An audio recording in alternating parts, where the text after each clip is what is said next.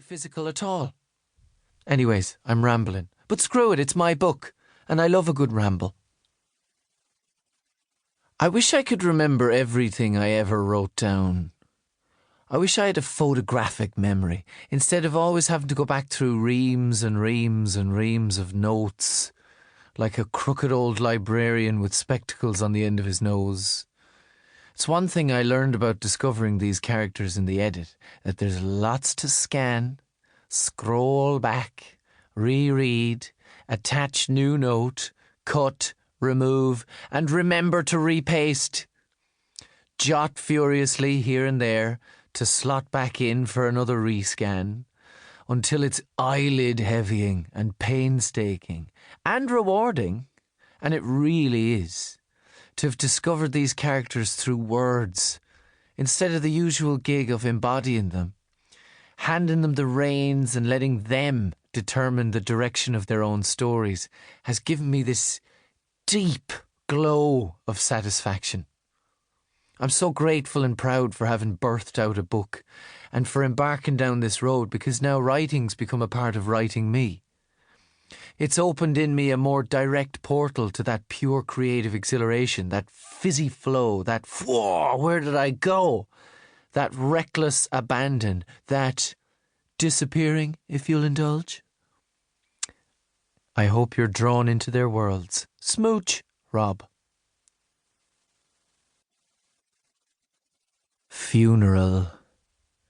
Written in Barnes in London.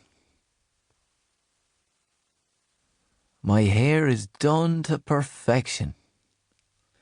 Took an age to get right down in K. Flood's salon, but it was worth it. Because at a funeral you want to look your best when you're paying your respects. Keep it together, at least until the graveyard. And there the wind and the rain can batter you and ruin your hair, and then you can let out the emotions and start crying and all that stuff there too. I remember Grandad Pat's funeral and Uncle Padder, who could find no place to belong to other than the farm, turned and goes stalking away across the graves, no respect for the plots or the deadline in him, just made a beeline, kicking gravel across the graveyard and the wind gusting, and we all looked at each other, few rolls of the eyes, few nods and eyes down, one or two smirks.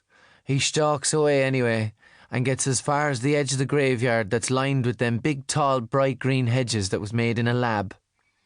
And he unzips himself and starts taking a piss. Then there was a few sniggers, few tuts. The priest's voice was wobbling, but it had been before, to be honest. My jaw was on the coffin, let alone the ground, and my hair was all over the place. It's disrespectful to wear hats at funerals, unless you're a lady or have cancer. And as well, as soon as you hear about a dear friend's passing, it's disrespectful to not make that promise to yourself. But here I am in the church at the man's funeral wondering, have I really made the promise to myself at all, even though I've a clear memory of making it when I'd heard he died?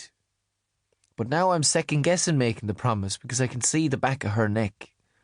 It's behind the 2 locks of hair, with a ferocious shine off it, on the back of her head falling down, framing the back of her pale neck, long like a swan's, and me thinking, I'm not sure that promise is worth anything now that I'm face to face with the back of her neck, and her short-haired sister holding around the shoulder in her dark blue. The promise, made inside my head 3 times in a row, was that now that Patrick was dead, I'd never in a million years even think about doing anything with his wife, or widow now, let alone pursuing her. And, I suppose, thinking the thoughts of the low fella that are swimming through my head at the moment is breaking that sacred promise. Damn! Sorry, God, and sorry, God, for swearing. I'm trying my best.